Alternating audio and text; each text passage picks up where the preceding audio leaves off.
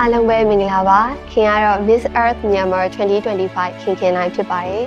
ခင်ဒီ pageantry ထဲကိုဝင်လာတဲ့အချိန်မှာအတွေ့အကြုံတွေရောသင်ယူစရာတွေရောအများကြီးကြုံတွေ့ခဲ့ရပါတယ်ပြီးတော့ဒီ journey မှာဆိုလို့ရှိရင်ခင်ဒီ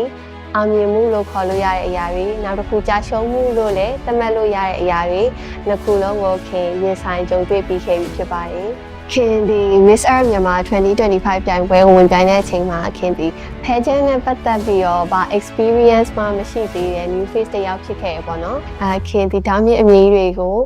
ပထမဆုံးစစီပူတာဖြစ်တယ်ပြီးလို့ရှိရင် catwalk တွေကိုလည်းအဲ့ချိန်တုန်းကမှစတင်ပူတာဖြစ်တယ်ဘယ်လိုလမ်းလျှောက်မလဲဘယ်လိုကောင်းကောင်းလျှောက်ရမလဲမျက်နှာ expression တွေဘယ်လိုနေရမလဲမသိဘူးပြီးလို့ရှိရင်ဒီ symbol မှာဆိုလို့ရှိရင်လည်းဘယ်လိုနေထားလေးနေရမယ်မသိဘူးပေါ့နော်အများကြီးသင်ယူခဲ့ရတယ်ဒါပေမဲ့ခင်ဒီမိဘတွေကယုံကြည်လို့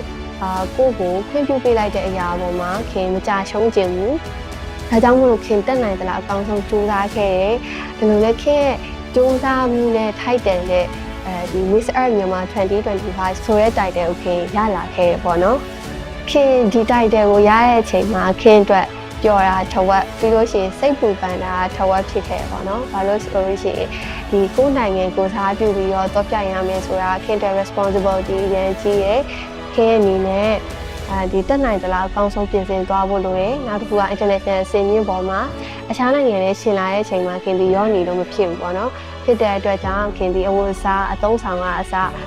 အများကြီးပြင်ဆင်ရတယ်ခင်အတွက်ကပြင်ဆင်ချိန်က2လပဲရှိရတယ်ပေါ့နော်ခင်အဲ့ချိန်မှာခင်တို့ရဲ့ဒီ National Director ဆရာစင်တာကလည်း New Era မှာအကောင်းဆုံး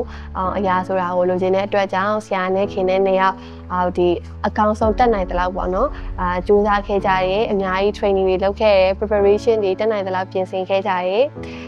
ဒီလိုနဲ့ခင်ဖိလစ်ပင်းကိုရောက်သွားခဲ့ပြီပေါ့နော်ရောက်သွားတဲ့အချိန်မှာဒီအမိကဘာမြေအတွက်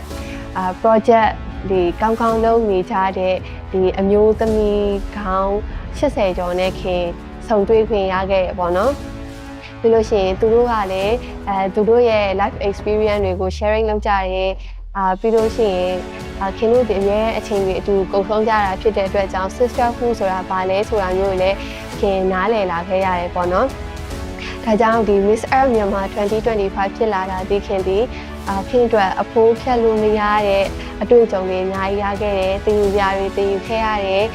ဒါကြောင့်မို့လို့ခင်ဒီ Miss Earth Myanmar 2025ဖြစ်ခဲ့ရတယ်ဆိုတာကိုခင်အနေနဲ့အမြဲဂုဏ်ယူနေလိမ့်မယ်လို့ထင်ပါတယ်ခင်ရှောက်လန်းခဲ့ရတဲ့ဒီ journey ဟာဆိုလို့ရှိရင် title တစ်ခုတည်းကိုပဲကိုစားပြုခဲ့တာမဟုတ်ဘဲနဲ့တာဝန်ယူမှုစိတ်အားထက်သန်မှုဇွဲလုံးလာနဲ့ပေးဆက်မှုတွေကိုထင်ဟပ်ပြသနိုင်ခဲ့မယ်လို့ခင်ယုံကြည်ပါတယ်ဒီနေ့ညမှာ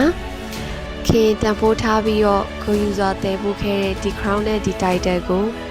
လက်စိတ်ကန်လက်ခံမဲ့ညီမလေးတီလဲအတောက်ပဆုံးသောကျေတဝင်းဖြစ်နိုင်ပါစေလို့ခင်ဆုတောင်းပေးလိုက်ပါတယ်